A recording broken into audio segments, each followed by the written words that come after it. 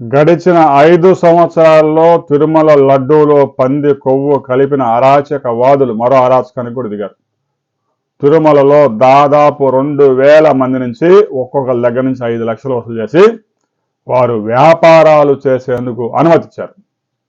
వారంతా రకరకాల మతాలకు చెందిన మనుషులు ఉన్నారు.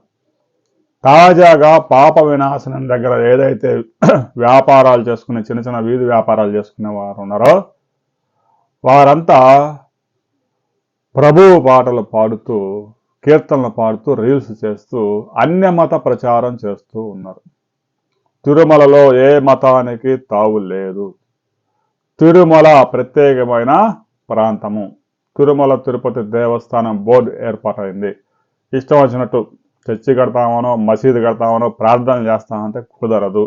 తిరుమల శ్రీవారిని దర్శించుకోవాలన్నా కూడా ఇతర మతస్థులు సంతకము చేసి స్వామివారి మీద నాకు నమ్మకం ఉంది అని సంతకం చేయాలి.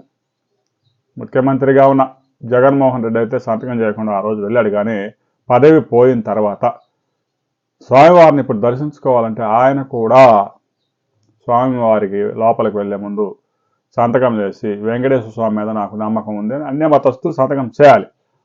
అలాంటి పవిత్రమైన తిరుమలలో భ్రష్టు పట్టించి అన్యమత ప్రచారం చేస్తూ ఉన్నారు.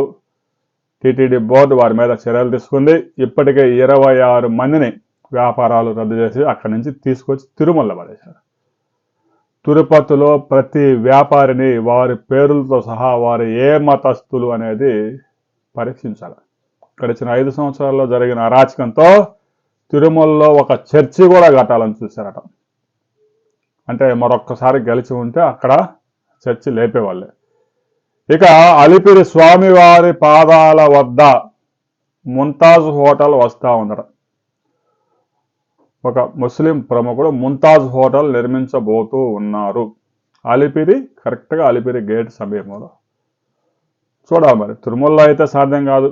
అందువల్ల తిరుపతి మార్గాలు ఏవైతే ఉన్నాయో ఆ మార్గాల్లో అన్యమతం ప్రచారం చేయడానికి పెద్ద ఎత్తున ప్రయత్నాలు జరుగుతూ ఉన్నాయి.